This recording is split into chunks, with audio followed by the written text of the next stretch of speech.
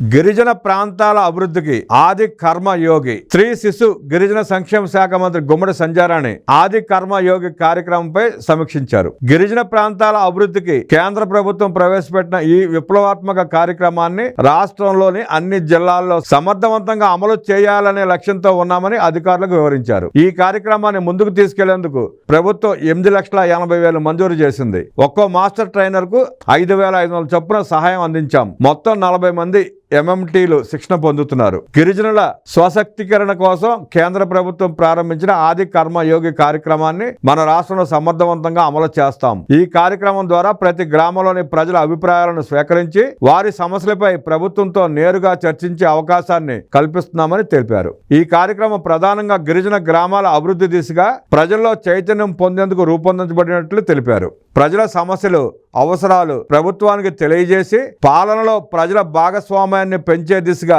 ఇది ముందడుగని వివరించారు. 2047 నాటికి సమగ్ర అభివృద్ధి మన లక్ష్యం. అందుకు తగిన విధంగా గ్రామ, మండల, జిల్లా, రాష్ట్ర స్థాయిలో మార్గదర్శక బృందాలను ఏర్పాటు చేస్తున్నాం. మొదటిగా రాష్ట్ర స్థాయిలో ఎంపిక చేసిన 8 SMTలకు బెంగళూరులో శిక్షణ ఇచ్చాం. తర్వాత వారు జిల్లాలకు ఎంపికైన అధికారులకు శిక్షణ ఇస్తున్నారు. అలాగే మండల స్థాయిలో అనుభవం ఉన్న అధికారులను ఎంపిక చేసి వారి ద్వారా గ్రామ స్థాయిలో కూడా అవగాహన కార్యక్రమాలు నిర్వహిస్తున్నామని తెలిపారు. ఇది ఒక శిక్షణ మాత్రమే కాదు, ప్రజలలో నాయకత్వం, బాధ్యత, ప్రభుత్వంపై విశ్వాసం పెంపొందించే ఉద్యమంగా అభివర్ణించారు. గ్రామ స్థాయిలో పనిచేస్తున్న AWW, ANM, SHG, NGOలు ఇలా ప్రజలతో నిత్యం పనిచేసే వ్యక్తులందరికీ ఈ కార్యక్రమం ద్వారా శిక్షణ ఉన్నట్లు తెలిపారు. ఆది కర్మ యోగి అనేది ఒక ప్రజా చైతన్య ప్రక్రియ. ఇది ప్రతి గిరిజన గ్రామానికి మార్గనిర్దేశం చేయగల నాయకత్వాన్ని అందించే పథకం. మేము దీన్ని కేవలం శిక్షణా స్థాయిలో ఆపకుండా నిజంగా ప్రజల జీవనశైలిలో మార్పు తీసుకొచ్చేలా అమలు చేస్తామని మంత్రి తెలిపారు.